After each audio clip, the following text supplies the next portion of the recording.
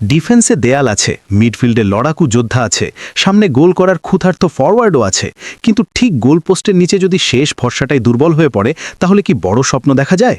ঠিক এই প্রশ্নটাই এতদিন ঘুরপাক খাচ্ছিল বাংলাদেশ ফুটবলের চারপাশে।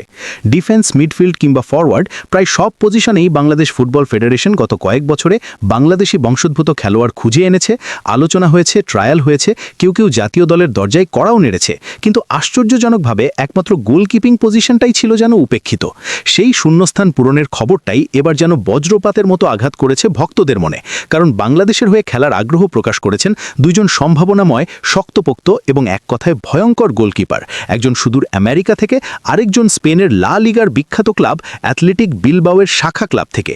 এই দুই গোলকিপারের আগমনের খবরে স্বাভাবিকভাবেই নতুন করে আলোচনায় এসেছে জাতীয় দলের গোলপোস্টের ভবিষ্যৎ।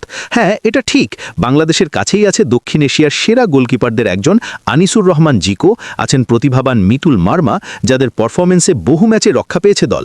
কিন্তু আধুনিক ফুটবলে কি শুধু একজন বা দুইজন গোলকিপারেই ভরসা করা যায়?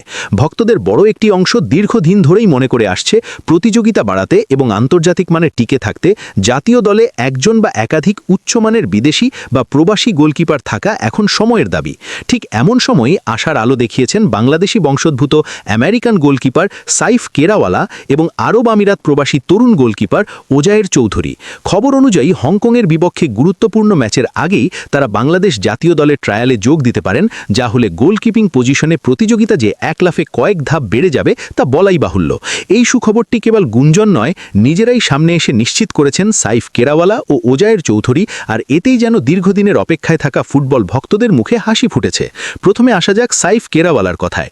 ২৭ বছর বয়সী এই আমেরিকান বংশোদ্ভূত বাংলাদেশি গোলকিপারের উচ্চতা ৬ ফুট ৩ ইঞ্চি, যা আধুনিক গোলকিপিংয়ের জন্য আদর্শ ধরা হয়। তিনি খেলেছেন যুক্তরাষ্ট্রের ইউনিভার্সিটি অফ ওয়াশিংটন অ্যাথলেটিক্স দলের হয়ে এবং চলতি মরশুমে নিজের ক্লাবের জার্সিতে বেশ ধারাবাহিক ও নজরকাড়া পারফরম্যান্স উপহার দিয়েছেন। তার শর্ট স্টপিং ক্ষমতা, উচ্চতা এবং ম্যাচ রিডিং দেখে ইতিমধ্যেই মুগ্ধ বাংলাদেশ জাতীয় দলের গোলকিপিং কোচ। এমনটাই শোনা যাচ্ছে ফুটবল অঙ্গনে। গুঞ্জন আরও বলছে, বাফুসে চাইলে তাকে আসন্ন অক্টোবরের ট্রায়ালেই ডাকতে পারে এবং এরই মধ্যে নাকি তার সঙ্গে যোগাযোগের প্রক্রিয়া শুরু হয়ে গেছে। যদি সবকিছু পরিকল্পনা অনুযায়ী এগোয় তাহলে খুব শীঘ্রই সাইফ কেরাওয়ালাকে লাল সবুজ জার্সিতে দেখা যেতে পারে, যা নিঃসন্দেহে হবে বাংলাদেশের গোল পোস্টের জন্য এক নতুন অধ্যায়ের সূচনা। এবার নজর দেওয়া যাক আরেক তরুণ প্রতিভা ওজায়ের চৌধুরীর দিকে। মাত্র ১৫ বছর বয়সী এই গোলকিপার ইতিমধ্যেই বাংলাদেশের অনূর্ধ্ব ১৯ দলের ট্রায়ালে অংশ নিয়েছেন, যা থেকেই বোঝা যায় তার প্রতিভা কতটা গুরুত্ব দিয়ে দেখা হচ্ছে। উচ্চতা ৫ ফুট ১১ ইঞ্চি হলেও বয়সের তুলনায় তার রিফ্লেক্স, পজিশনিং আর সাহস অনেককেই অবাক করেছে। বর্তমানে তিনি খেলছেন স্পেনের লা লিগার ক্লাব অ্যাথলেটিক বিলবাওয়ের শাখা ক্লাবে, যা নিজেই বলে দেয় তিনি কতটা প্রতিযোগিতামূলক পরিবেশে নিজেকে তৈরি করছেন। ফুটবল বোদ্ধাদের মতে বাংলাদেশের উচিত এই ছেলেটিকে সর্বোচ্চ যত্নে ধাপে ধাপে গড়ে তোলা, কারণ সঠিক পরিকল্পনা আর পরিচর্যা পেলে ভবিষ্যতে তিনিই হতে পারেন জাতীয় দলের গোল পোস্টের দীর্ঘমেয়াদী সমাধান। তবে এত আশার আলো, এত সম্ভাবনার মাঝেও একটি বড় প্রশ্ন থেকেই যায়, বাফুসে কি এবার সত্যিই সঠিক সময়ে সঠিকভাবে এই দুই প্রবাসী গোলকিপারের সঙ্গে যোগাযোগ করে তাদের জাতীয় দলে নিয়ে আসতে পারবে? অতীতে আমরা দেখেছি প্রতিভা থাকা সত্ত্বেও অনেক খেলোয়াড় কাগজপত্র, যোগাযোগের ঘাটতি কিংবা সিদ্ধান্তহীনতার কারণে হারিয়ে গেছেন। এবার কি সেই পুরনো ভুলের পুনরাবৃত্তি হবে, নাকি বাংলাদেশ ফুটবল সত্যিই শিখেছে সময়ের গুরুত্ব বুঝতে? এই প্রশ্নের উত্তর সময়ই দেবে। তবে আপাতত ভক্তদের জন্য এটুকুই বড় খবর, বাংলাদেশের গোলপোস্ট নিয়ে নতুন করে স্বপ্ন দেখার সুযোগ এসেছে।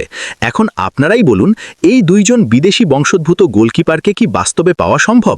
তারা কি বদলে দিতে পারবেন বাংলাদেশের গোলকিপিংয়ের ভবিষ্যৎ?